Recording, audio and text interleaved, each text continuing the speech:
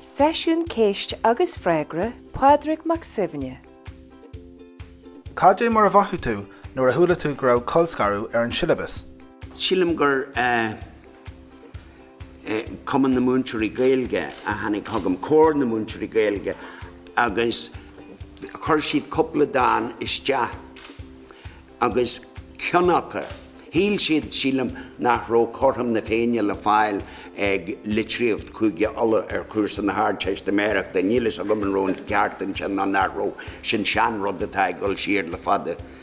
But chuir siad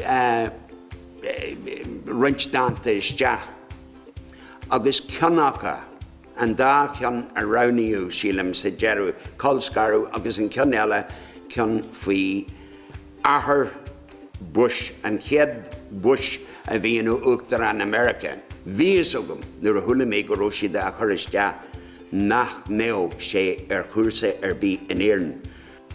Bhí áthas orm nuair a tháinig mé go raibh an dón mór in Éireann ag teacht thon tasaí nuair a tháinig mé go raibh dáin colscarú ar chúsa na Ceist América de Gaeilge ag an runnéidéis. Mar ní raibh cead agin an focail sin a lua as cór ranga. Cén dáin is fearr a scríobh tú? An piece is fearr.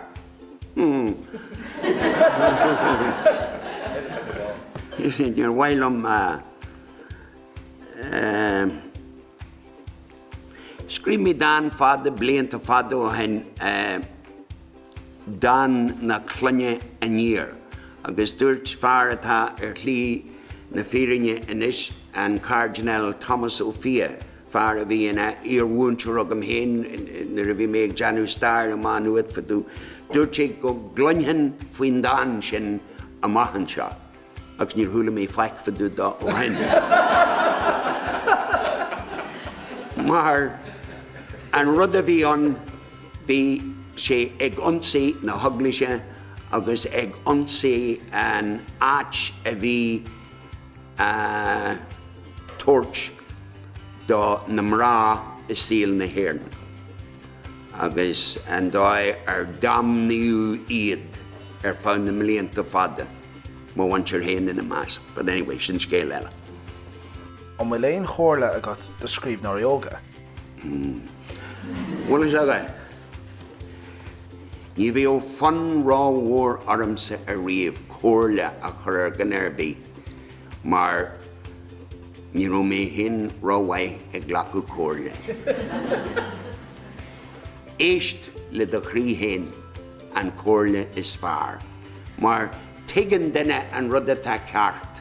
Tuigeann duine is tí an héin ná intí héin. An rud atá ceart agus an rud nach bhfuil. Agus má bhíonn tú dílis dit héin. Sin an tús agus sin dearú gach céal. An míon ort ascriú go leor a dhéanú nuair a bhíonn tú ag comú dain. Is minic a héim siar agus tás agam inis gur scríb me sé rud í fiche bliain ó hain nó chuig bliain is fiche ó hain. Agus ní scríban an rud céine inis nó churann athrúbag ar dá rahan siar ar.